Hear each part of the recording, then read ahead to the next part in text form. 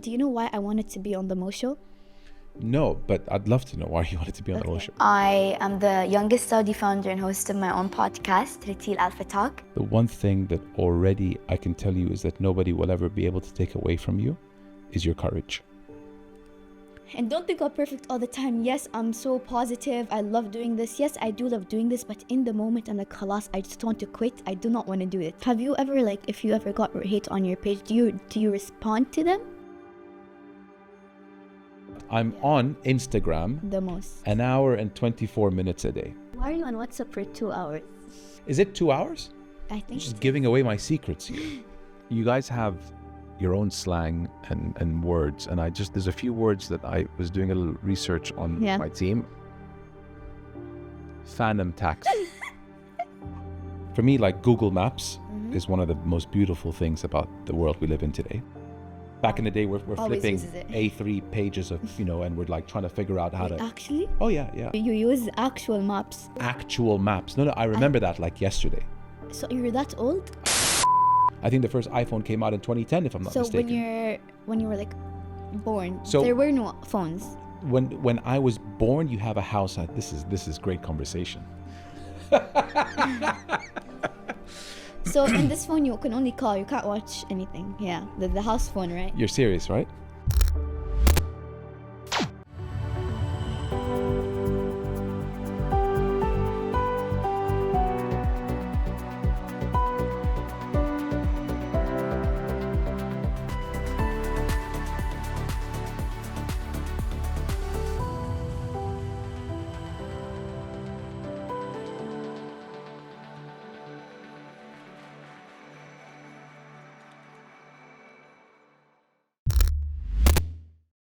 To say that you come with a unique story is the understatement of the year. I have watched a lot of your content, and just before we take a step forward on anything, I just want to say that I'm so proud of you for putting yourself out there and going against the grain. You remind me a little bit of myself 4 years ago, but I was 37 years old. You're 13. So I'm very proud of everything you've accomplished so far. Thank you so much. It's really nice to be here. So, do you want me to tell you about myself? I want you to tell me about everything. At an altitude of 37,000 feet, we soar. With a rich legacy of honoring our guests and a unique style that has resonated with the world for 78 years. We carry the name of our country on every journey and across every sky. We are Saudi. We welcome you in our own way. We shape our present and build our future. Saudia, our name and country, our style and approach, striving for excellence in everything we do. This is how we fly.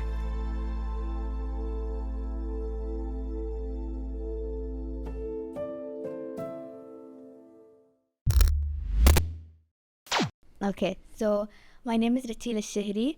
I'm a Saudi founder and host of my own podcast, Rateel Alpha Talk, and I want to inspire people to think critically and act confidently. And what else? Did you ever ask yourself the why? Why did you decide to put yourself out there? Because it's something that not many people can get themselves to do. I wasn't like popular or famous. Like, I didn't intend to do it. It all happened like بالصدفة. So I didn't do it purposely. I just had a message to share. So while I was sharing my message, I just started to become popular. So I didn't really, You didn't think twice. I didn't really think twice of it. So yeah.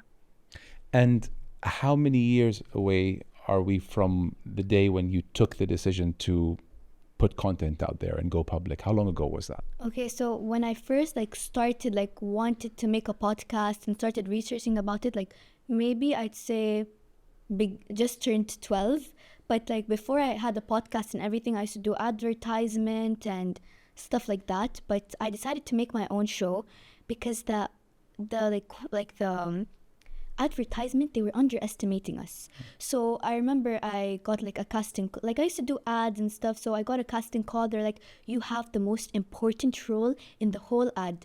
And then I go there, and then we wait 10 hours in set, and then what's the most important role in the set? Me licking ice cream and getting out of the frame. That's the most important thing for them. So every time I go to the advertisement, and like I talk to the producer, can you please make my clip longer, please make it longer? They're like, no, sorry, the client doesn't want the kids to show so much.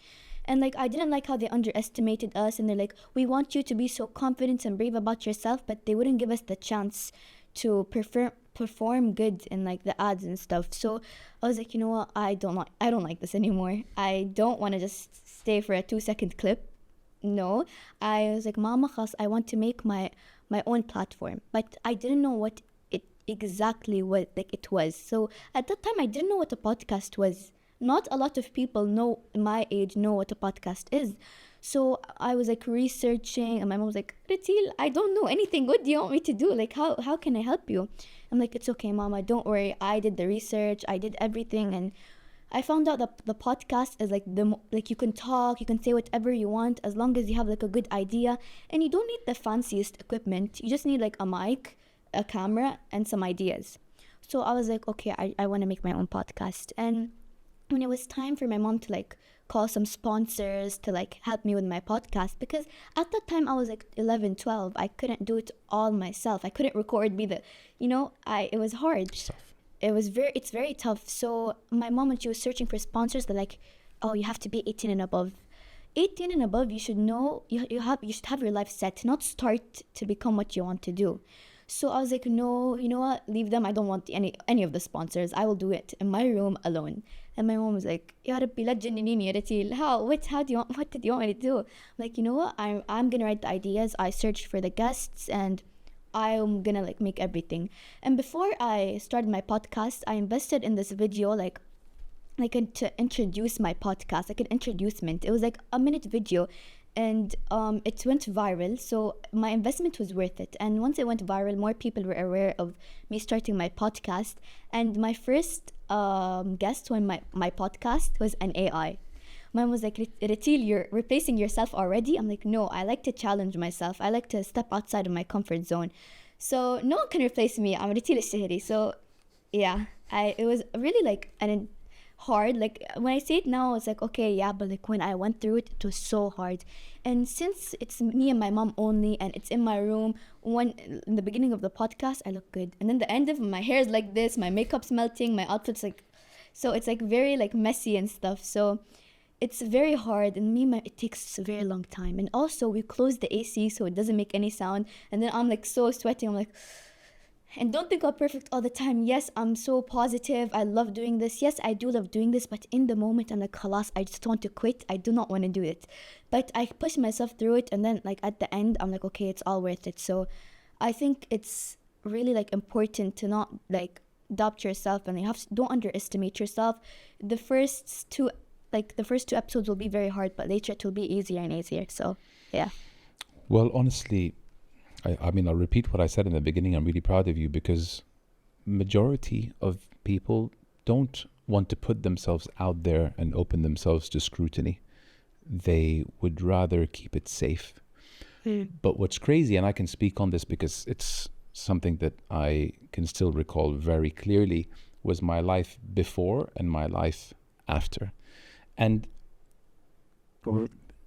you won't get anything in life without risking. Yeah. You took a risk. I took a risk. But if you play your cards right, what's on the other side of the wall, having put yourself out there and risked, can be very rewarding. Have you felt that it has been rewarding so far? Maybe when you're out and about, people coming up to you, recognizing you. How do you take, or how do you accept the level of fame or people recognizing you? How do you take all of that? Like how I feel like people recognize me and stuff. So, I don't even remember when people started recognizing me, but I do remember that it went from like 2 people recognizing me at a time to like 30, 50 more people recognizing me at a day. And when someone comes, they always say like, hi Rateel, I'm a huge fan, I love your content and stuff. And for me, I just feel so happy and like like I'm proud of myself, because like each time someone comes, each one has something very inspiring to say, that I was like, okay, I'm gonna keep doing this, because even if I'm only helping one person, that's enough for me. Because when, like, how do you feel when someone comes up to you and like, you're so inspiring, keep up what you're doing, like it feels really good, and it makes me think that my voice is like, people listen to what I'm saying, and I like having an audience, like, so I can talk, they can talk back to me, so it feels really happy, and I handle it very like good, I would say. So it's all nice, and I love when people come up to me, and I encourage it actually. They always also come up to my mom like, Riti, like, we love your daughter so much, tell her to keep going and never change, and it makes me like always happy and stuff. It's encouraging to see that your content has reached people and resonated with them. Yeah. Yeah. And some people also take photos with my mom. They're like, are you Rateel Alshehri's daughter? Can we please take a photo with you? And my mom's like, okay. You made your mom famous. Yeah, basically. Even though they don't know how she looks like. She never was online. They just guessed that she's my mom because we kind of look alike. So. How funny. Funny how the world works. Yeah. You said something very interesting. You said that by the time you're 18, you want to know what you're doing in life. And it's a very eye-opening statement, because not many people agree with it. And here you are at 11, 12, and now 13. You didn't want to wait till you're 18 to know what you're doing. And so it's pretty cool hearing you say that you don't want to wait till you're 18 to know what you want to do. You want to know if this is for you now. Yeah, because why waste valuable opportunities to learn new things? Like, if I just wait till I'm 18, till I finished college and everything, it's going to be harder having as much as opportunity as I do when I was like young. So when I'm young, I'll build myself and like have many opportunities and stuff. So when I'm 18, I know how everything works. I feel like it's very boring to stay in like within the limits of what we already know. So I'm like very curious, and I'm initiative. So everywhere I go, I talk, like even like in the ads and set, like how did I go to a lot of ads? Because every time I went on set, I talked to the director, talked to the cameraman, and they remembered me, so they recommend me to the next ad and the next director. So for me, if you start young, when you're like by the age of 20, 35 most, you have all your life set together. Because imagine like you just go to school and then you're 18, you finish college, okay, now what do you do? What do I study? So it's important to know, and like not even know everything, just try different things when you're young, so when you're older, you know what you want to do. So. The one thing that already I can tell you is that nobody will ever be able to take away from you is your courage. No matter what people think of you, if they love your content or if they don't, nobody can say that she's not courageous. So that's something that you can, I beg that you carry that in whatever you do in life. That, you know what, there's no one who's on my level of courage, because I did something that I don't know anyone else my age who did. So that is something that actually many people wish they had, and you have it. So just remember that.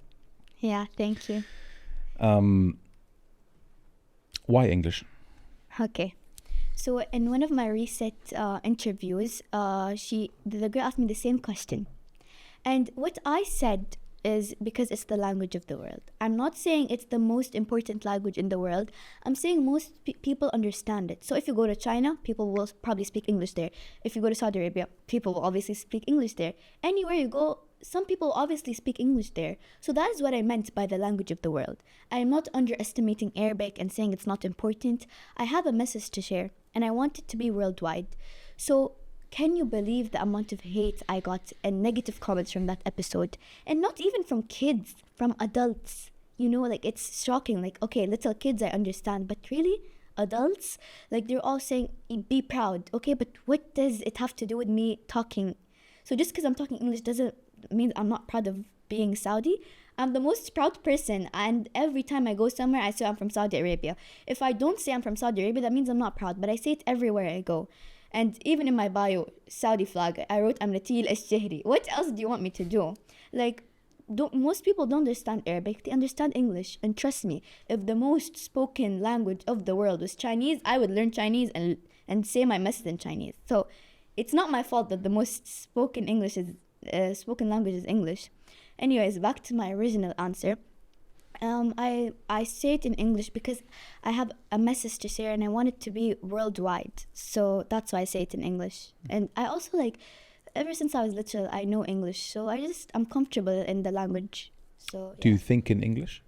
I do think in English, and I also want to learn in Spanish, so I can reach the Latin side of the world. So I consider my masters in English, Spain, and Arabic. So I just like to know a lot of languages. So Well, that would be amazing It would, if yeah. you can do that in Spanish as well. And a fun fact, Spanish is the easiest language to learn. It's similar to English. It has some words that are like English, so it's easy to learn. So hopefully I learn it soon. I didn't find French easy. You know, I speak French in school, like, and we're learning it in grade 3, and it's very hard. So we're saying, what is the gender of a laundry? She or he. It's very hard. It's very, very hard. Yes. And in the test, I'm like, what is the gender of a laundry? I don't know. It is very hard, but I pushed through it, and I do know how to speak a bit. So yeah. Yeah. At school, have you felt the treatment change before and after the work that you've put out there? I mean, they treat me the same as every other student. But the only thing I'd say is different is how the students and the teachers treat me, but not in class, outside of class. So, for example, it's either the students treat me very, very well or very, very horrible. So if it's very, very well, they're like, Rateel, we saw your interview, we are like very proud of you and stuff. Or it's either they bully me, they write stuff about me, make accounts saying how Rateel is so fake and annoying. I don't know what they really want from me. And the teachers, they're all like in a kind way. They're like, we saw your interview, we're proud. So they don't really change the treatment with me, I'd say. Who do you talk to about those who are unkind to you? How do you respond to that? So for me, bullies are like broken alarms that won't stop ringing. Like they're just broken in somehow. So they might bully me because they want attention or they're going through something their own. Whatever the reason is, whatever they're saying to me or to anyone doesn't define us. It doesn't define who we are. So yes, sometimes it hurts me and I question why are they hating, you know. But you know what? Everyone, like, you can't make everyone like you. Even Allah, people hate on him. So no one is gonna love you. So no matter what you do, no one is gonna be happy or gonna love you. So you know what? It's like orange juice spilled on your outfit. You're gonna clean it up and move on with your life. And you're gonna still rock your outfit. It's not a big deal. Are you better at, sorry to say on this subject, I think it's very important because those who have to go what you're going through are often, they don't know how to deal with it. Yeah. So hearing it from you with, you know, how confident you are in approaching things, I think it's something that people need to hear about. I want it to resonate with them. Have you been better at knowing how to deal with people who are unkind to you in year 3 versus year 1 and 2? Are you becoming more familiar with how to deal with them? Yeah, I have become. In here? You know, I have because when I was like, I'd say younger, I didn't really get a lot of hate when I was younger. I don't remember really getting it, but it started like happening when like not recently, but like a couple of years ago when I first started. Like I remember everyone in my comments, they're like, the hate's really big that even some people like make accounts like Rateel hate page, this hate page, like. Wow, they do that? They really do that. They take time out of their day to make hate pages of me. And it sometimes makes me feel special, you know. And, you know, sometimes from this hate, you can learn a thing or two. Because recently, I was making a video saying, you know, how like girls, they should boost their confidence and stuff. So, and then in one of the comments, it says, this is what happens when you give women too much freedom. And then I was like, what does that mean? Like, I don't know. Like, why would they write that? Like, it's unusual behavior. So I asked my mom, Mama, why are they writing it? And then my mom was like, because like in Saudi Arabia before, they didn't have as much opportunities as now. And it made me realize how grateful I am to be born in this era where women have a major role in society. So you never know how your comments can help or hurt someone. So I definitely learned from that comment. So, yeah. Another thing you can use going forwards, if you want to keep it brief and you want to respond to someone, is a line I've practiced recently and it works so well. I'm not for everyone. Yeah. Can't please. Remember before we started recording what we said? Yeah. So that you can't make everyone happy? You can't, yeah. You will live a miserable life if you attempt to live a life where you can make everyone happy. Won't work. It won't. Absolutely not. Yeah. So I think that's something that you can always throw in the face of people who have something not kind to say to you. Yeah. What makes you feel most alive today? What do you do where really you are just at your happiest?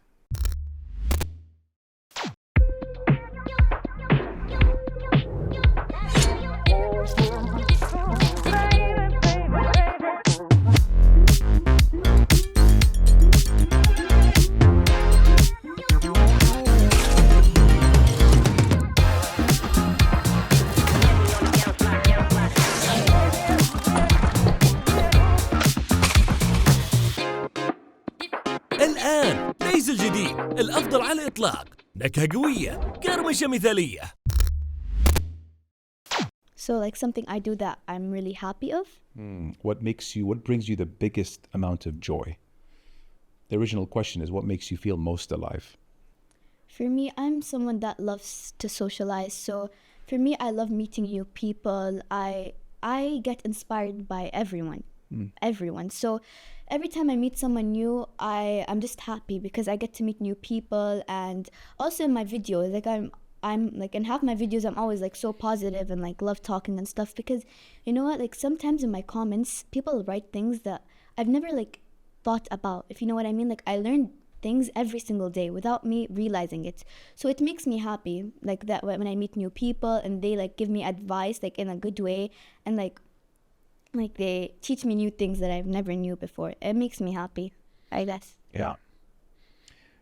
So you wouldn't be doing what you're doing if you weren't an extrovert.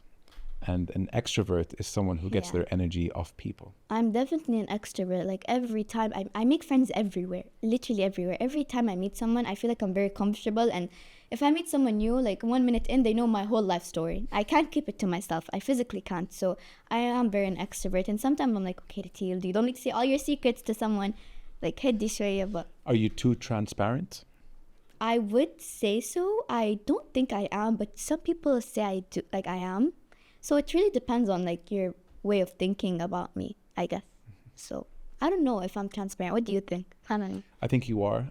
I think it comes with the innocence that comes with you. Yeah. That you have nothing to hide and you have no care in the world. And that's exactly how a 13-year-old should be.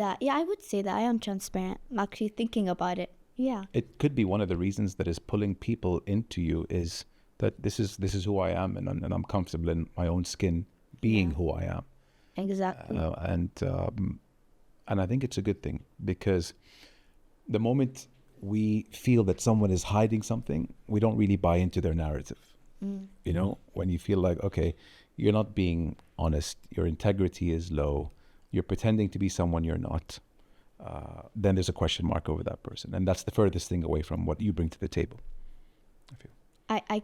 I understand what you mean, but like, I don't know like how to explain it, but like I agree with you like what by what you're saying, but like can you like repeat it again, because like it's kind of I mean the more yourself you are and not trying to be someone, the more people can gravitate towards you as a person, whether you're online or not. But the more you're yourself, I think the brighter you glow, and that goes for you, for me, for everyone in the studio here. Yeah. And you always hear it. It's easier said than done. Be yourself, right? Because everyone's taken. I hear that and I love that. Be yourself. Be yourself. Yeah. Be yourself because everyone's taken. Be yourself so the person who's looking for you can find you. Be yourself because that's the truest version of yourself. Yeah. And I think you do a very good job at being yourself. Thank you. I feel like I can tell when someone's being their self and not being their self. Because like when I'm hanging out, it really does show, because whenever I hang out with someone who is like their self, I can tell like they're happy, they're making eye contact. But if you're not being yourself, you can really tell like they're like, like they're pretending to be someone who they aren't.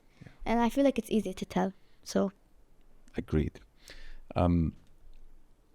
We discussed unkindness and bullying.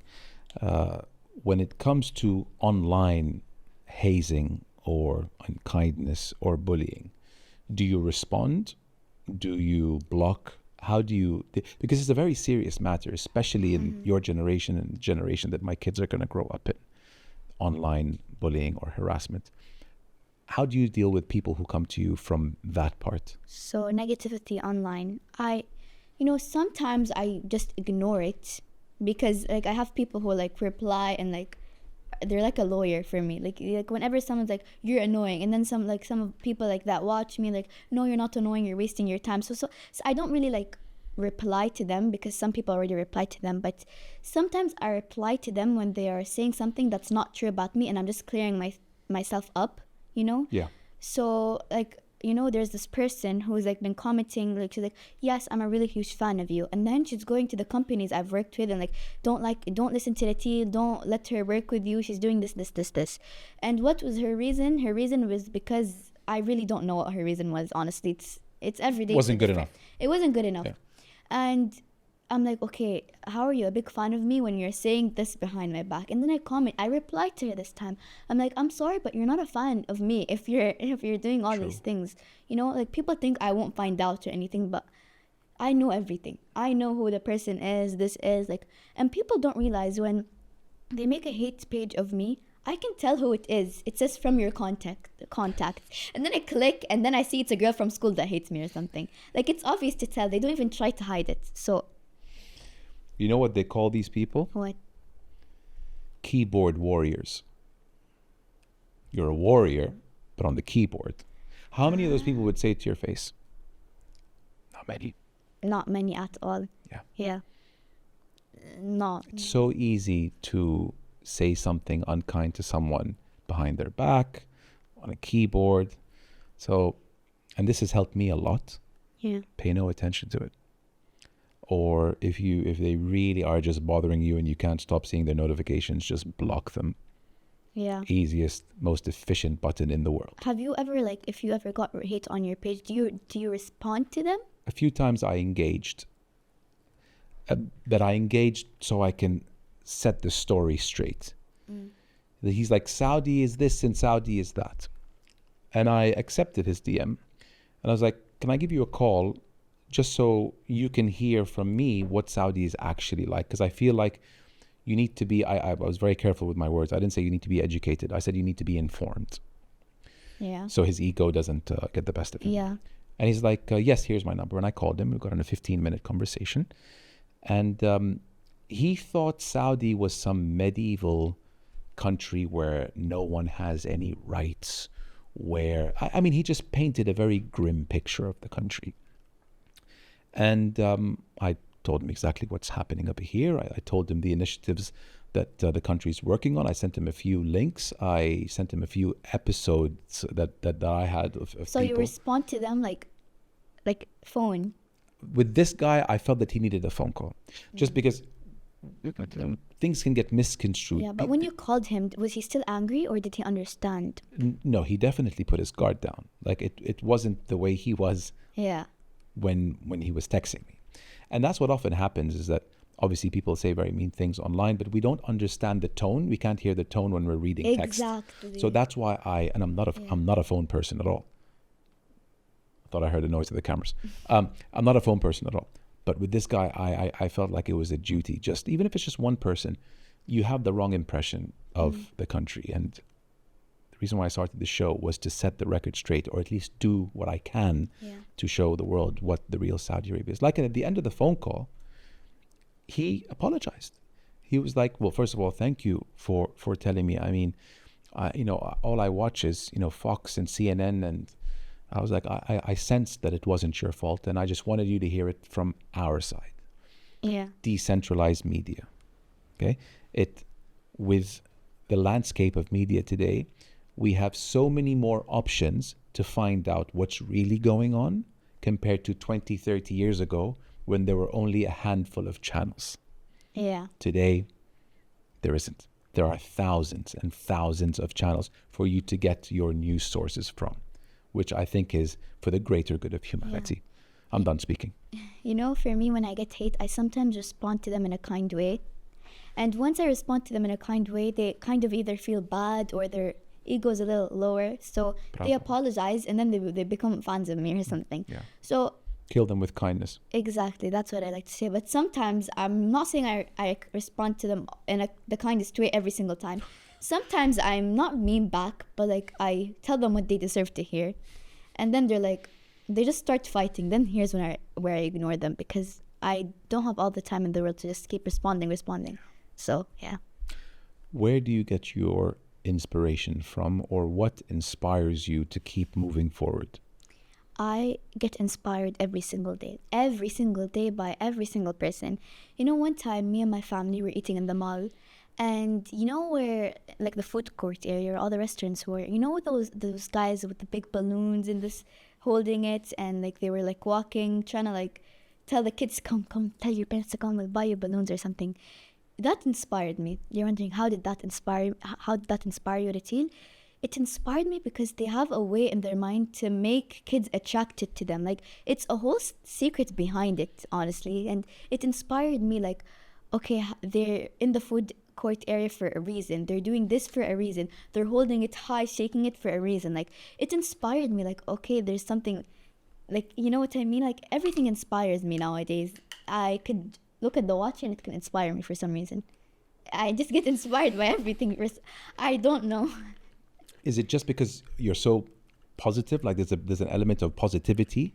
Because I've never heard of someone being inspired by so many things like that. It's refreshing. I'm not saying it's crazy. I'm saying it's great. But where does that come from? Your positivity? Yeah, I'm not positive every single day. Some people have ups and downs. It's normal. Okay, it's not about feeling the best all the time. It's just about trying to feel confident. But for me, my brain, I zoom out without even realizing it. So when I zoom out, I get an idea.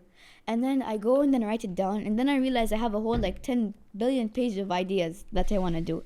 So I just get inspired a lot. And it's something that I think I'm good at, especially in English. I remember we had this like thing we had to submit for English. And I helped 5 girls submit their essay in one lesson, which is 45 minutes.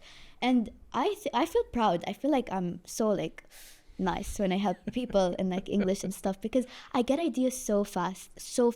And half of my podcast episodes, I get them when I'm either sleeping, when I'm either just not even doing, and I didn't even meant to get inspired. I just do. It's just randomly. I really don't know what's wrong in my head. Something's inside it. I don't know what it is, but I just get inspired.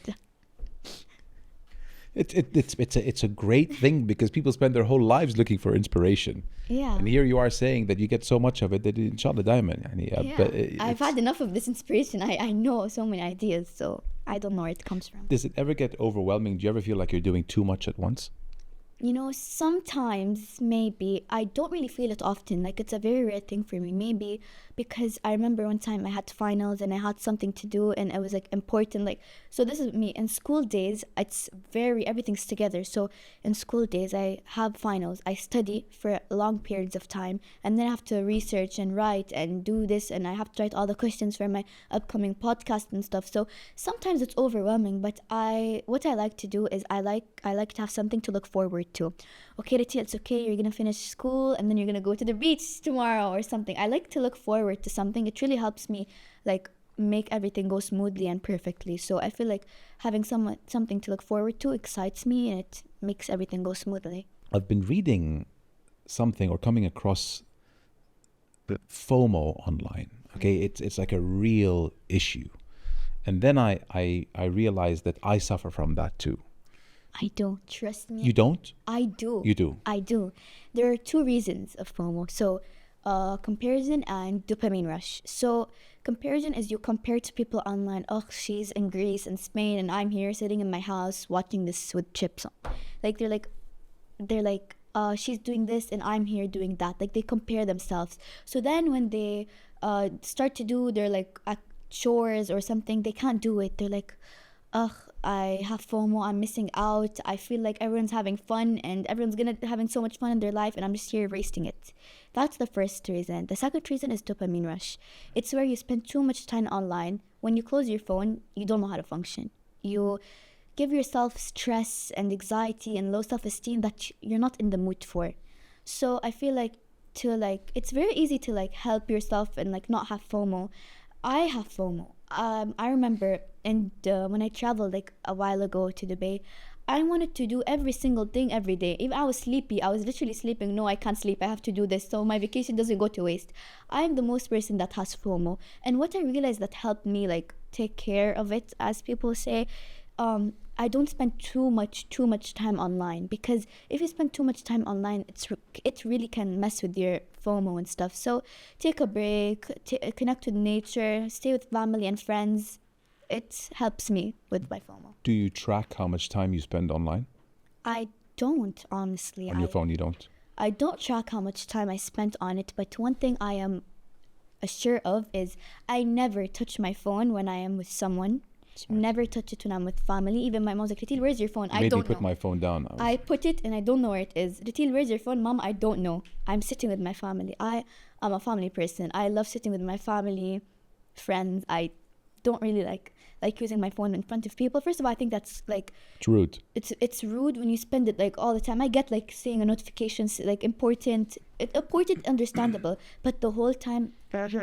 It's insulting to the person you're with. Yeah. So I don't use my phone like when I'm with people, I'd say. You're an iPhone, right? Yeah. You have an iPhone? Yeah, so if you just swipe left, and I love how Apple have made it so easy for us to track it. And you go to this page over here, and it says that I am on the phone, and I'm embarrassed to say this, but 7.5 hours per day. But in my defense, I watch every episode before publishing, so YouTube is running constantly. So yeah, you're using it, but you're not on the phone. Not on it. You're doing something while listening to But I'm on Instagram the most. an hour and 24 minutes a day. That's a problem. Why are you on WhatsApp for 2 hours? Because all my work with my team and my family, is it 2 hours? I think Just giving away my secrets here. 2 hours and 10 minutes of WhatsApp, that's a lot of time. You know, the only way I use WhatsApp is to communicate with my mom. That's it. The only way. Or with my driver. Go Bugala, get bread for mama. That's the only reason I use it. Can't be possible. Daily average 2 hours and 30. But anyway, so what gets measured gets managed. And if we're on our phones, like Instagram, 1.5 hours a day, that's too much. Yeah. But now you can set limits for apps, which is huge, because if we don't do these things, we can get carried away with being on the phones for Thank God my mom doesn't do this. Some parents take like screen limits, screen time. I don't think my mom doesn't do it because she doesn't know what it is. So mom will don't listen to this part. But you set your own limits. I watch however I feel like is right. But it's not every day, 1 hour. Like it's not the same number every day. It really depends on what I'm doing or what I have planned for the day.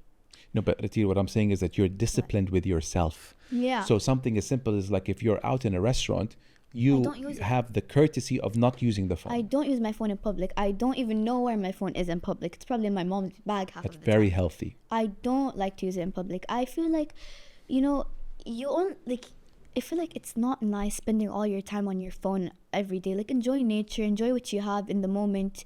The phone, you can use it forever, but these memories, you can't go back to them forever. So that's what I like to tell myself. Yeah. So I don't use my phone all the time. Be present. Yeah, be present. Yeah. Exactly.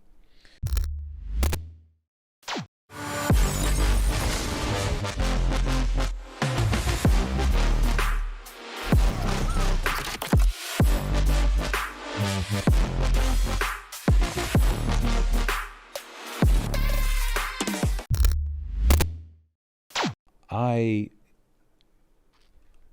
not guess, but I had a feeling that we currently live in a time where the most popular kids in school are the ones with the most followers. Is that true? I saw one of your podcasts and you've said that. And in my school, no. Not the case. Not the case. Thank God. Maybe in different countries, I'm not aware of different countries, but I am aware that that's not the case. The case is, I'm going to tell you what features or things you have that makes you become popular kid in school. Because I feel like some parents or like people, like they don't know the features. So for girls, they have to look good. They have to have attractive, I guess. They have to have good taste and style. They have to have a lot of friends. How many times they go out in a weekend. It's stuff like that. And every popular girl I've met, half of them, I'm not saying everyone, half of them, they're all mean. And the boys, it's a little harder for the boys. You have to have extra curriculum, have good eyes. You have good eyes, mashallah. Thank you very much. and That's all I got growing up from girls. and plays football. I've heard that you used to be a goalkeeper. But that was me playing football in the States, in New England. I played at the college level and high school level. And then when I came back here, I thought I was good enough to play at the club level. I went for a few workouts with Ahli, and I was like, these guys are too good. So I was like, I'll just stick to basketball with my cousins. Yeah. There's a difference between being popular and being well-liked. Being well-liked is that you're kind to people, you spread kindness. Because some popular people, no one likes them. I don't want to see their face. They are very... they have very high ego. And anything they do, it's okay. But if someone else does it, it's not okay. Which I feel like it's not good. Like, why set that standard? So there's a difference between being well-liked and being popular. And I feel like everyone should be well-liked. I'm not saying well-liked that everyone likes you, but you know, when you're well-liked, like that you respect people and you don't think it's cool to disrespect people. So that is my meaning of being well-liked. So as you grow, you'll realize that the quote, ego is the enemy, will just get truer by the year. Yeah. Ego is the enemy. Your ego, other people's ego, it is often the reason that gets in between you achieving something. And people need to understand that confidence and ego aren't the same thing. Because people think when I have ego, that means I'm confident. But that's not the case at all. Yeah. Ego is loud, confidence is silent. Exactly, yeah. I like to think of it like that. Yeah. Okay, a question on TV versus streaming platforms. Back in my day, it was DVD, and today I have no problem obviously watching a long movie, 2 hours long. With your generation, are there any challenges in watching long content, or do you guys prefer your short? We do watch long content, we definitely do, but not TV, streaming platforms. I feel like if I'm talking to an older person, they would definitely say TV. And if I'm talking to someone my age, they definitely say streaming platforms, because streaming platform is more advanced and it has more variety of options. And I feel like if you ask anyone my age, they'd say streaming platforms. But there's a difference between TV and smart TV. So some people might say smart TV, which is like Apple and Netflix and YouTube with all that stuff. So I do think we would pick streaming platforms because it just has variety of options. But the only bad thing about streaming platforms is that I feel like it has a lot of ads. That's the only thing I'd say. Where does YouTube come into play? YouTube, I'm someone that I don't watch YouTube. I only watch YouTube when I'm like watching a vlog or sometime a podcast episode or... The Mo Show. The Mo Show. Yeah, I was watching it on my iPad. Wouldn't hurt to say it. Yeah. So yeah, TV, not TV, streaming. Streaming. Do you know when I was your age, if we missed it on TV, it's gone forever? Oh yeah, my mom used to say that at this specific time, all her siblings are sitting down, getting ready to watch. I don't know what they were watching, honestly, but... Tash matash. But I mean, it's just one of the beautiful things about tech. I know when you overuse it, or it can obviously have a dark side to it, but for me, like Google Maps is one of the most beautiful things about the world we live in today. My mom back in the day, we're flipping A3 pages of, and we're like trying to figure out how to... Actually? Oh, yeah. Or what we'd actually do is when the internet started, we'd go on, I guess it was Google, or one of the famous apps that went into a website. One of the famous map companies that became a website. Anyway, you say from point this to point that, and it'll give you 20 bullet point instructions. You print it, and then you take it with you on your journey. So I'm saying you use actual maps. That was late 90s. And then with the emergence of the internet, late 90s, actual maps. No, I remember that like yesterday. So you're that old? Thank you very much. Yeah, I mean, I'm 41 in October, but like, who's counting? Okay, 41 is not that old. I don't think I'm that old. I think this technology is just that new. I mean, we're only 20 years of real internet. For me, I didn't expect it to be like that. Because you were born in it. I was born in a technology. Like now people, 4-year-olds are using YouTube and iPads and stuff. Trust me, I know. Yeah, I did not think it was that early. I thought it was like 70s, 80s, not 90s. No, 90s. So my mom generation... said that she's not that old. She probably isn't. But her generation and my generation... فضحت الدنيا. Her generation and my generation are the last to have experienced the before and after. And it's so cute how you were born into the generation where the tech was there. I think the first iPhone came out in 2010, if I'm not mistaken. So when you were like born, So- there were no phones. When I was born, you have a house. This is great conversation. So in this phone, you can only call. You can't watch anything. Yeah, the house phone, right? You're serious, right? Yeah, no, I don't know. I don't know if you're like making fun of me or. No. I know that this is true, but I didn't think it was in the 90s. Like. Okay, so I was born in 1983. Okay, and up until 2000, we had two types of phones. A phone that kind of looked like this Yeah, I know how that looks. in your living room. And you You click pick on it it up and- and you had it. You put yeah. it down. And my dad had a phone in the car. Is it one of those small phones with the numbers that are like? Yeah, it's planted there and has an antenna in the back of the car, and you can reach him. And it wasn't very trustworthy. Sometimes it rings, sometimes it doesn't. But some people had phone cars. So that went up until 2000. At around 98, 2000, the first phones went into the market by a company called Nokia. Yeah, Nokia. Yeah. The screen. I know it's very. My mom has like this big drawer in her room with all the old phones. I'm like, how do you used to use this? That was the size of the screen. Yeah, and you can't do anything with that. What are you gonna do with that? You can see the numbers that you press on the dial pad. That's it. That's it. Yeah. And then with time, flip phone came out, and then other phones, and then Motorola jumped into the mix. Did you and ever then use an iPod? when it just came out in 2001 or 2, that was for the first time where we stopped using CDs. And CDs, I don't know if you know what a CD is. Yeah, I know what it's. I'm not that dumb. No, not that dumb, but I wouldn't imagine that you would use what a CD is. We kind of use it when my brother had a PS4 and like he wanted games, we used it there. Of course, it's still used in, Yeah, which is surprising actually that it's still being used. And before CDs, we had tapes Yeah, I know it. It's like, for audio. Yeah. And then we had VHSs, which were really big. But anyway, that was CD. So in 2010, if I'm not mistaken, we'll check. I don't think I'm too far off. Was the first iPhone. That was the game changer. That was a bet that Nokia didn't make. They said that people don't want their computer in their pocket. They want their laptop at home. So a smartphone or a phone that can act like a computer is not what the consumer wants. So they got it totally wrong. And Yeah. that was the beginning of the end of Nokia. They're still active, but they're probably 99% down. Yeah. And iPhone came in 2010, and it changed the over. game. It changed the game. Yeah. Instagram, I think, came in 2012. And Facebook bought it for $1 billion 2 years later. It's probably worth 30 or 40 billion today. And who would have thought that a picture sharing app has become shopping? Has become, if you're not on it as a big or small business, you're nowhere. So that's just a quick, brief history lesson of the evolution of the tech from what I witnessed in my life. So, as I was saying, tech, You know, I maps. want Oh, that's where we to- were, yeah. maps. Yeah. I want to live in a world where there is no technology. For some reason, I have dreams about this.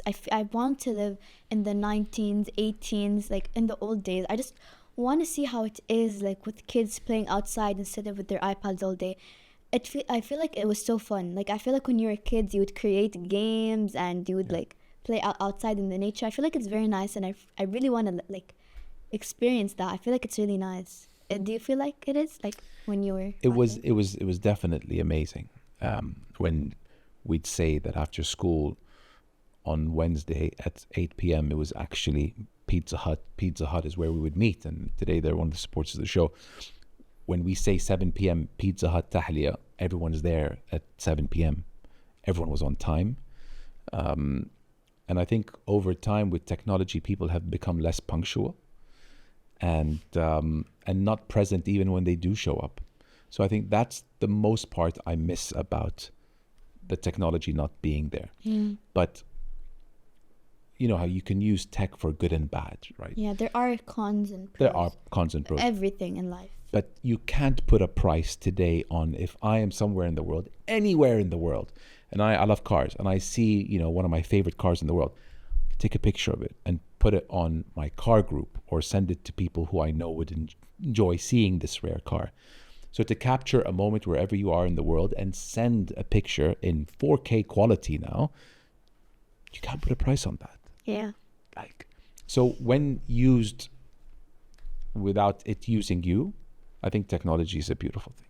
Yeah. But you're right. There was definitely a lot more outside play back in the day. Yeah. جديد. اكسر الروتين مع أطباقنا الجديدة من بيتزا هات جدة.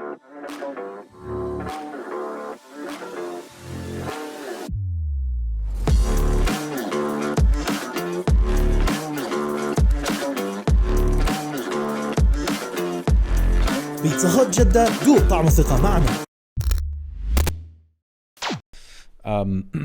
You guys have your own slang and words, and there's a few words that I was doing a little research on with my team. If you can help translate. I will. Yeah? Yeah. Okay. I don't Just tell me the word and I'll translate it Perfect. as much as I can. Great, because I don't think there's a better person on earth to ask than you. Ohio? No, I really want to take a minute and gather yourself. But what Ohio, as for what I know, and many people, it's a state in the U.S. What does it mean in your world? Oh, I do not know how to explain it. Should we come back to it? No, There's a few more. Okay. We'll come back to it. Cap? Cap means something that's like not true. So basically, cap, I'll like try to think a synonym of it in like the real English. Cap, fake or not true.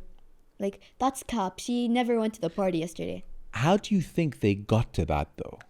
I am as clueless as you. I Like- just like if you- started hearing the words and I just started... Like I can see why the nickname of Nicholas is Nick. I can see why somebody named Muhammad would be Mo, but I can't see how Cap could be not true. I am with you on this one because Okay. I am just as clueless as you. Some like they make up words. Like for example, I was scrolling on TikTok. There's a new word. I don't even know where it came from. I just know the meaning and I start using it. That is just how it works, honestly. But okay, Ohio, people say it as a joke. Okay, they're like, oh my god, I don't know how to explain it. But basically, Was it rude? Is that a rude word? it's not rude, but like it's a funny joke that's people use as it's like a meme. You know, Okay. you obviously know what I mean. I know that. I know It's that, like yeah. that, but people use it in a sentence, like, you know. That's So how would you use Ohio in a sentence? no one actually uses Ohio. We only use it when we're joking or when we're making fun of our friends. Like, you're so Ohio, Rizzler. I don't know, something like that. Okay, you're so Ohio. What was the second word? Rizzler. What does that mean? Rizzler means when I want to be educated. Rizzler means when like a boy like says something nice to a girl or something. Like, you're so beautiful. or Okay, something. okay, got you. Like charming. or I'm happy to move on to the next one. Yeah. Yeah? Okay. Slay. It's getting worse. I'm so sorry. Rateel's mom's in the studio. My mom here. She's uses like, slay. "What?" My mom uses sometimes. No way. My mom was like, slay to you, I love you so much. Bye. Slay means, oh my god, girl, you literally ate that. Like, slay for you, we love that. Like, it started in 2022. Killed Slay. it, yani. You did amazing. Like, you killed that, girl. Like, Got it. Amazing. Do you have any more words? This is so funny. Yeah, I do have a few more. okay. Beta. Just gonna laugh at I every have a single- question. Where Yeah. do you get these words from? My team and I do a lot of work before every episode. Do you search them on TikTok or where do you search them? Where do we search them? The internet. It's a wild world out there. I agree. Yeah. I really do agree. What was the word again? Sorry. Beta. Beta. Yeah. Beta means, you know how people joke around and with their friends? We use it like that. You're so Ohio Beta Rizzler. We all use it like that. I know it doesn't make sense to you, but to us it makes very much sense. And I don't even know how to explain it. It's you're classifying someone for saying something It's not smart. You know how babies talk to each other? Goo goo ga. Yeah, That's yeah. how we talk to each other. Okay. I would say. Okay. Yeah. Got it. Whistle it. Phantom tax.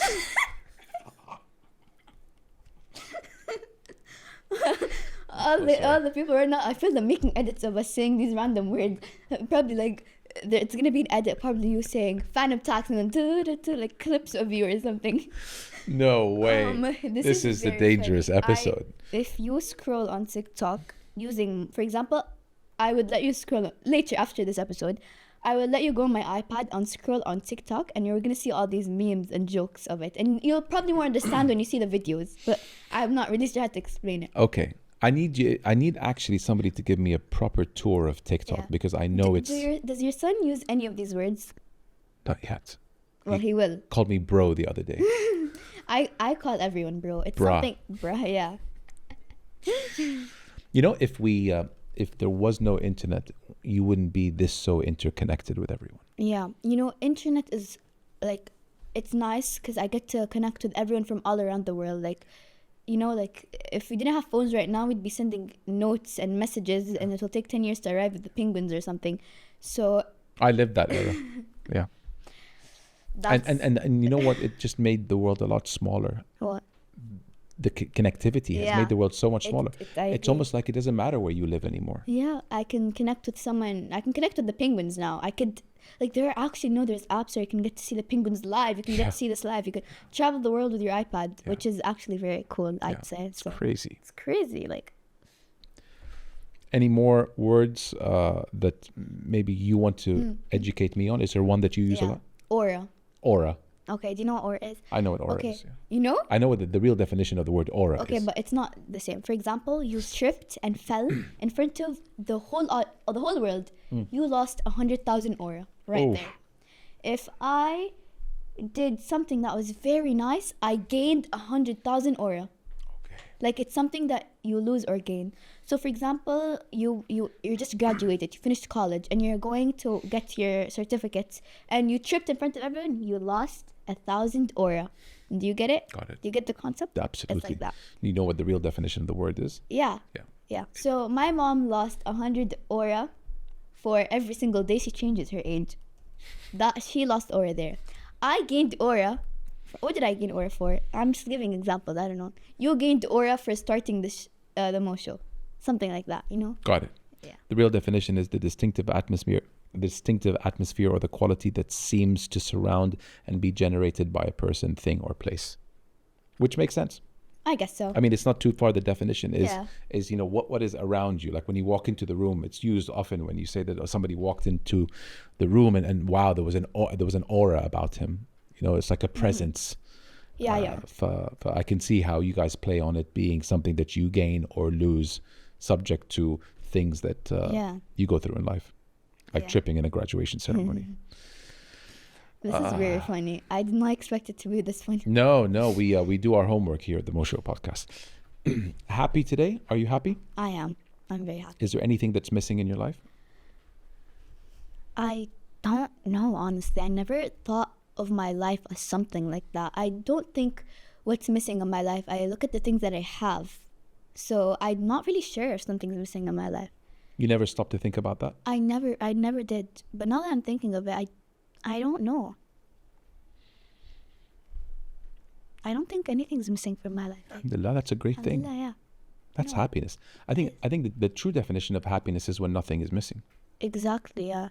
Like, if something is really missing and I feel like something's missing, it's probably something stupid that I forget about it in a day. Like, I went to Sephora, my favorite lip gloss wasn't in stock. That's something. That's literally, it's something stupid, you know? But like, I forget about it and yeah.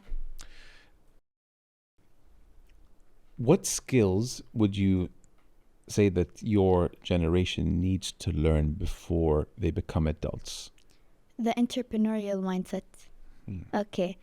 So I feel like if we teach the entrepreneurial mindset from a young age, first of all, let's say age 10, first of all, you're going to help your parents and stop asking them, Mama, can I have this game? Can I buy this? Can I buy this?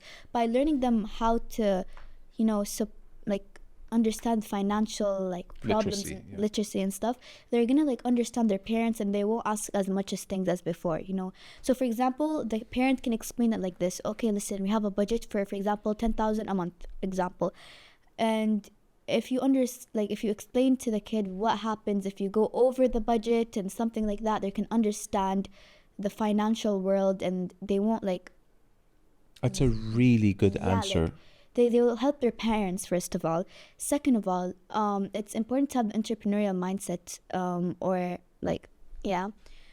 there are many benefits of having the entrepreneurial mindset. Because in my school we learn business, okay? So I know a lot of things about business and how to start a business, how to do this in a business. I know a lot of things about it. So there are very, very good benefits. For example, a benefit is you can create your own ideas. Instead of following the crowd, you can not listen to the crowd and listen to ideas that you brought from your brain. That's entrepreneurial mindset, because when you're an entrepreneur, you're starting your own business. And when you're starting your own business, you have to think of what you want in a business. So if you have that mindset, you're going to learn how to think of things your own. I don't know really how to explain it in any better word than For that. sure. I just didn't know that they teach you business at your age. It's not all schools. It's my school, we learn business, but it's very, very helpful and it's very fun. It's not hard at all, like at all. Like when I'm learning it, I feel like I have 10 business and I'm like a CEO of something. It's very fun, actually. I think it's so important that they teach this because Yeah, it is. in my era, we had subjects that we never needed in future. Yeah. We didn't need to memorize the times table. You know, we didn't need to know the history of art. We didn't need to know geography unless it's something that we wanted to pursue for God knows what reason. Yeah. So I love that it's more focused. I just want schools today to teach kids something that they can use in future as a skill. Yeah, Or else exactly. they're wasting your time. But sometimes you can't just expect the school to do everything. Sometimes you have to learn your own kids some things outside of school. So if you can never ever be a good entrepreneur without having an entrepreneurial like mindset, let's say, like a good leader or CEO has to know how to make like I want to say this so bad. So in school, we learned something that's different on how to like get ideas out of your business. I'm going to explain it because you're going to understand more. So basically, I'm going to give you an example. So for example, you're a CEO and you want to get an idea for your branding strategy. There's 3 ways. The first way is let your workers create the idea and you're not involved. What is it called? I think, oh my God, I forgot what's it called. School was such a long time ago. Take a second. What was it called? I don't know. I'm not gonna like keep wasting. The funny thing is, it'll come to you when you stop thinking about it. Exactly. Yeah. Finish the sentences. The thing you value most in life is Socializing and spending good time with family and friends. there's no right answer. There's no right or wrong answer. Yeah, I guess. The thing that bothers you the most in life is When people underestimate us, because imagine like I remember this very clearly because I hate when it happens to me. So every time like I go and like in my video and saying or like in my podcast and I'm talking just normally and then there are like people in my comments like, you're a kid, ish darraki, how do you know this stuff? Like people underestimate us. So that's something I don't like, when people underestimate people my age. doesn't feel good. It's very not. You feel like you want to prove them wrong? Yeah, it makes me like, you know what, I'm gonna get revenge. Like, yeah, it makes me like want to push harder and harder to prove to those people that don't underestimate yourself, you know? Feels good to stick it to someone, you know. Yeah, exactly. I wish I knew this before I started. I feel like I'm like still young and like I still have a lot of things to know and I have a lot of things to explore and I can't say I regret or there's something I wanted to know before I started anything. So I don't really have an answer for that, I'd say. Yeah, because maybe I can answer that in 5-year time. Sure. When I have more experience. That's a very smart response. Yeah. What do you want to be remembered for? I don't want to just live here for nothing. I want to help. I want to leave a lasting legacy in my community and I want to help my country and I want to be useful. I don't just want to sit around here not doing anything. So I want to leave a lasting legacy, and something I always think to myself, or I always say in in all my podcasts, I always say to my guests, what's something you want to be remembered for? And I tell my question, Rateel, what do I want to be remembered for? And I want to be remembered as a girl who likes to inspire people, to not underestimate themselves and let people think high, and don't underestimate yourself and do it yourself, because some people dream of success and other people make it happen. That's always what I like to tell myself, and I want to be here to share that message, to tell everyone my age, because everyone's like, I want to be the most billionaire of this world, but you can't do that if you don't actually are willing to do the work that it takes to become the most rich or anything that you want to be. So that's something I want to be remembered for. 99% of the people just dream and 1% take 1% action. people take action. Yeah. If that. Do you have any heroes?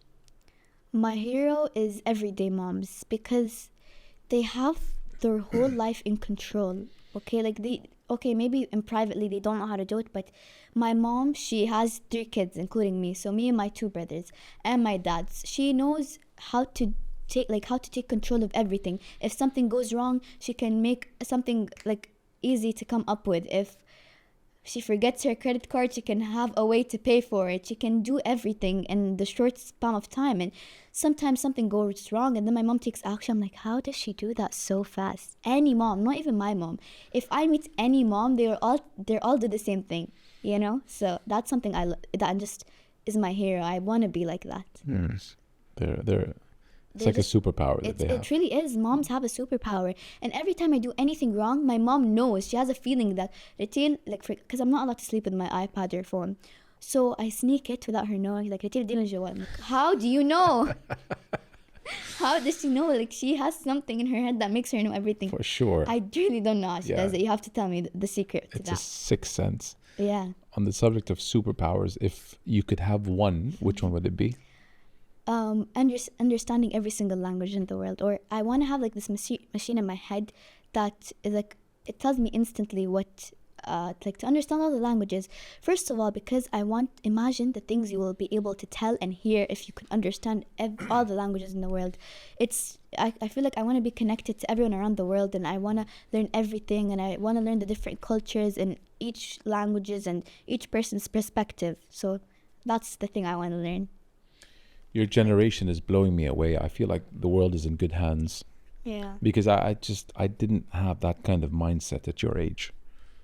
Maybe knew 5% of everything you're saying. Really? Yeah, me, and I can speak on behalf of my generation as well. Yeah, seriously. Like, and I don't know, who gets the credit for why you guys are so much more advanced than how advanced or not advanced we were 30 years ago. But it's crazy. Yeah. The knowledge that you guys have today, and the knowledge at your fingertips is profound. Yeah, because I like to tell myself the 12-year-old girl who is now is different from the 12-year-old girl in the other centuries. Like it's different, honestly. The way we learn in school is not the same level as it was years ago. So it's different, honestly. And I feel like the next like when this generation, when their parents and they finished with everything, I feel like they're gonna say the same about the next generation, and it's just gonna be an ongoing process. Yeah, it's true. I remember my mom saying I didn't know half the stuff that you knew at the age of whatever I was, when she was shocked that I knew something. Yeah, and now you're saying it to me, then I'll say it to my future kids, and then these future kids will say to their future Exactly. kids. Yeah. Wow, that's scary. If you can change one thing about the world, what would it be? Probably that the world, you have to be sustainable, and you have to use the 3 R's. You know, we only have one Earth, and people are giving 2 or 1% to help it, and it's one world. So if we lose it, we're all gonna die, because we can't live on Saturn. We're obviously gonna die. So I feel like if you like a new shirt that you like, you don't need to go and buy 10 versions of it. Just reuse your clothes, and I feel like it's important to do that, because our world... Sustainability, is that what you're... Yeah, sustainability. It's very important, honestly. Yeah. And I just realized that. Like, before, when I didn't know, I used to brush with my teeth while the water is open. And now you have to close it. First of all, sustainable and save money. For sure. So, it's so simple, by the way. And it people is. subconsciously just run the water while they're... Yeah. Like, it's not going to take time out of your day to just... Yeah. That's it. Yeah. I know that I kind of asked you this question, but maybe I can skew it a little bit. What advice would you give those who want to follow your footsteps? You said that you couldn't answer the one about what do you wish you knew today before you started. Yeah. But you maybe can speak on somebody who wants to enter the field that you did with the 2 or 3 experience that you have now under your belt. What advice would you give them? Do not wait for anyone to help you. Because if you keep waiting for someone to come and help you, you are just never going to start with your journey, and you're just going to sit here. Okay, I'm going to wait for her to come. She's going to talk to me. And then you just wait and wait and wait, and nothing will happen. So you take actions, because this is your world. Everyone has their own life, and each one is busy in their own life. So if you're not taking action in your world right now, you're going to grow up and you're never going to start. So it may seem hard starting alone, but I did that. And from making videos in my room to coming to here, it's all about transformation and the journey you are in. So I feel like everyone should know that. Don't wait for anyone to help you. Yeah. You know, there's a very famous saying that goes, no one's coming to save you. Yeah. It is And the true. moment you realize that, the way, see, again, like, I wish I knew this at 13. The moment you realize that, the more you will take action on everything. Yeah. And I wanted to say this. I didn't say it at the beginning. Can I say it right now? Please. Okay. Yeah. Do you know why I wanted to be on the Mo Show? No, but I'd love to know why you wanted to be on the whole show. So I want to help bridge the gap between two groups. Okay. The first group are people my age who aren't aware. Most of them aren't aware of your show, and I have a lot of young followers, and I want to introduce them to valuable shows like yours. The second group of people are people who are aware of your show, like entrepreneurs, parents, decision makers, many more people that I can list on and long and long. So I want to send a message to these important people to consider having a young advisor or mentor or consultant in their branding strategy or organization to see how our perspective is in all fields of life. It's not the school's job to teach us everything. Sometimes we have to gain real life experience from the real world. So when we're 18, we know how everything works. When we have a job or when you become your own boss, you know what you're doing. You know, so you can take real world interactions. It's very important, very, very important. Because if you're just here, you don't do anything. Okay, go to school, finish school, go to college. Okay, finish college. Now what? I don't know. I'm just gonna drop out of college, stay in my house. And if I don't drop out of college and work hard, I'm probably just gonna work in the hospital with clients and services and stuff like that. So it's important to have one in your branding strategy. I feel like you should consider it. It's gonna be different if you think about it now. Okay, but when it actually happens and you have a young mentor or consultant to just listen to our perspective in life, it's gonna be very interesting. I mean, nobody can speak to a specific age group than someone from that age group. Yeah. It's a very interesting thing that you're suggesting. We're not asking to let us travel the world alone or do anything alone. All we want is just people to give us a chance and don't underestimate us, which is very important because we are the future, and we don't want to just accept everything you're giving. Like, for example, there are solutions and problems in this generation. We just don't want to accept it. We want to be involved in helping create solutions for this. That's all we want. Just be involved. And what I've noticed with a lot of people in my generation is that there was a big shock to the system when they went from university to real world work. It was like, whoa, what is this? Yeah. So integrating someone from a younger age reduces this shock element when the time comes. Yeah. You know, my mom, she goes to work normal like any other person. Imagine saying, yes, I'm going to go to sleep because I have work tomorrow. Yes. Oh, it's the weekend. I won't be able to go to work. Yeah. Why can't your passion be the new normal? It's like your passion is a forgotten melody. It's like you just sacrifice all this just for a paycheck. And it's not even that much maybe. For you, you're doing something that you love and you're getting paid for it. Why can't that be the new normal? Yeah.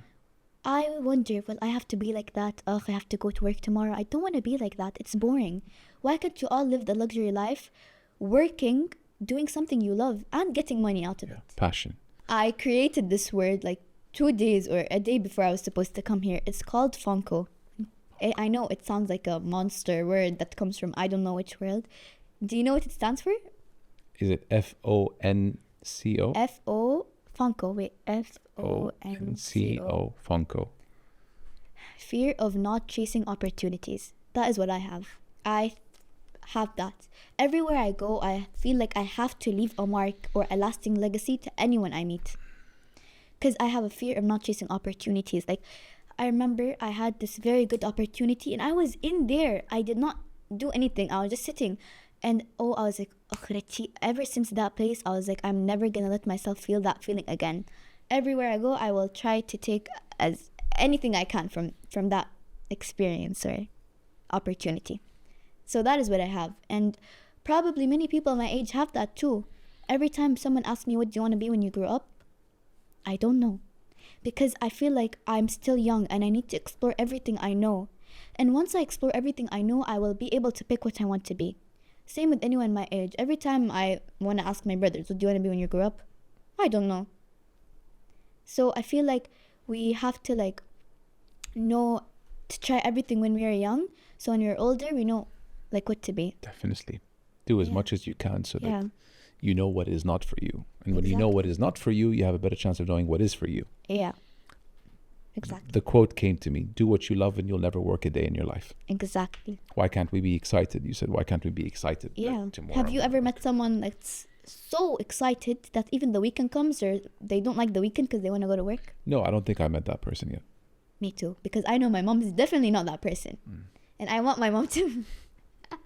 What does she do? My mom like Without mentioning the company after you just threw her under the No. bus. Well, my mom used to work in a university. But yeah. but I see what you mean. Like, why can't we all be happy Yeah. about what we do? Because from what I'm seeing from my mom struggling, oh, I have to go to work. I'm like, will I have to be like that? I don't want to be like that. Sorry, mama, for Do you know what's crazy is that when we are adults, we work hard to make money because we need money. So I'm just trying to figure out at the age of 13, you know, where is this fuel coming from? Why are you opportunity chasing or fear of FONCO? Like you even coined that term, fear of not chasing missed opportunity or opportunities. Where does that hunger come from? It's not like you have a family you need to support. I know I am just a 13-year-old girl and I definitely don't have kids to support them or anything.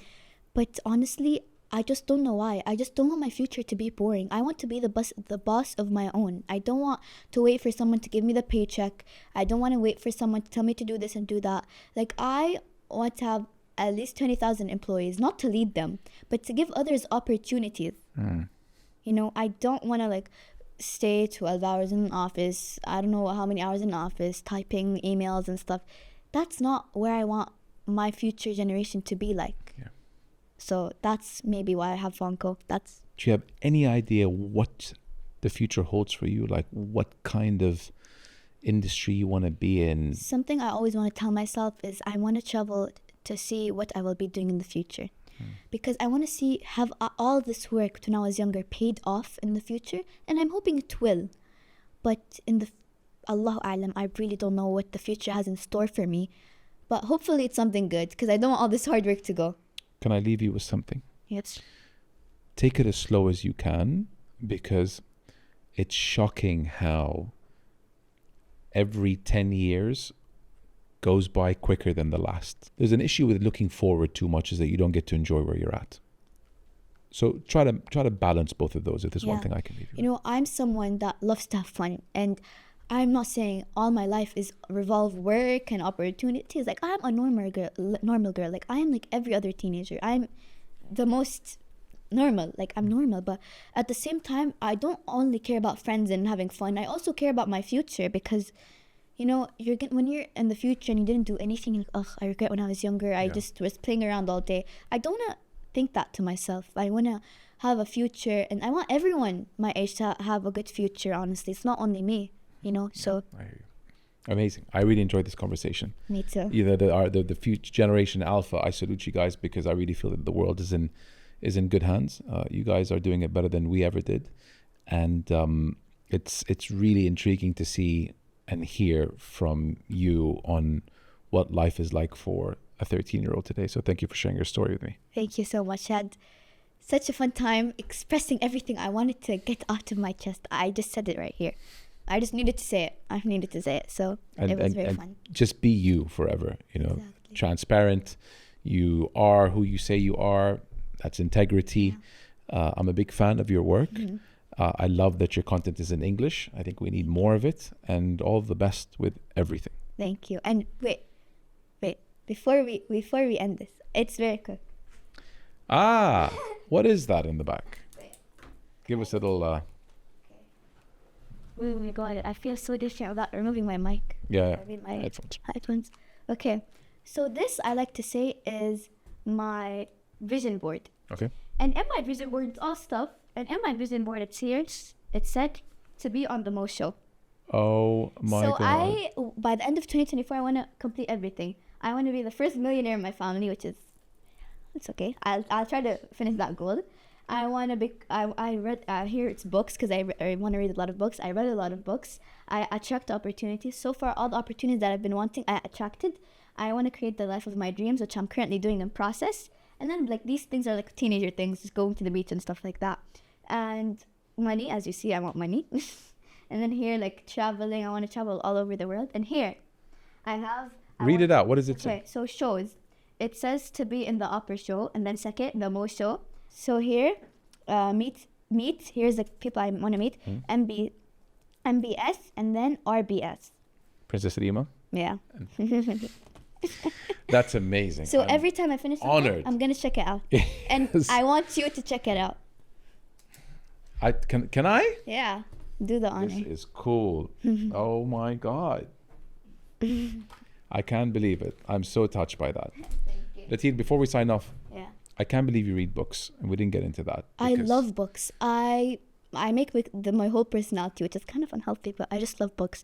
I feel like I am living I feel like I'm living the character's life, because I live in the book. Fiction, non-fiction. I read fiction, non-fiction, self-help, everything, horror, anything, you name it. So it's not a horror? Even horror, everything. I love to read. So it's not a lost or dying art in your generation? No. Books. You know, I thought screen would kill the book. I love books. You know, I enjoy it. I really do. Sometimes this is probably very unhealthy, and Mama, please don't get mad at me, but one time I had a very important test. I did not sleep. I was like using the whole night to finish a book. I finished a book in one night. A full book? A full book. Like a couple hundred pages? A full book. It was 300 pages to be exact. MashaAllah. In one night? In one night. What book was this? It was a book called what's it called? Oh my God, it was a long time ago. What's it called? You've Reached Sam. Okay, it's a very nice book. It's so nice. And I'm very also to read Atomic Habits. Atomic Habits is excellent. It's a really good self-help book. I've been trying to get it everywhere, but I'm very honored to have it. Maybe in a few years, it's a long one, but one that helped me leave the life of my old job and do this was the 4-Hour Work Week by Tim Ferriss. And it was just transformational to how I think the number one lesson from that book was to double down on your strengths and not focus on your weaknesses. And that's why this came from that. Amazing. That's amazing to hear that you read as well. I love just reading, even more impressed. Thank you for everything. I don't think we missed anything, did we? And if we did, can I check? You check. Okay. Can leave I it. have a lot of things to say, so hopefully I didn't miss anything. Then let's leave something for when you come back in 2 years and you're going to be the biggest podcaster in Saudi Arabia and beyond. Hopefully. And then you can share your story again. Thanks, Rateel. Thank you I'm a big so fan much. of you. I am a bigger Good fan luck. of you. La wallahi Thank min you. jid. Thank you for coming on and Thank you sharing so your much. story and just keep doing you. I had It's such a amazing. fun time. Thank you, and to you and your family. Thank you so much Thank for allowing you. me to come on the show, guys. Thank you. Bye, guys.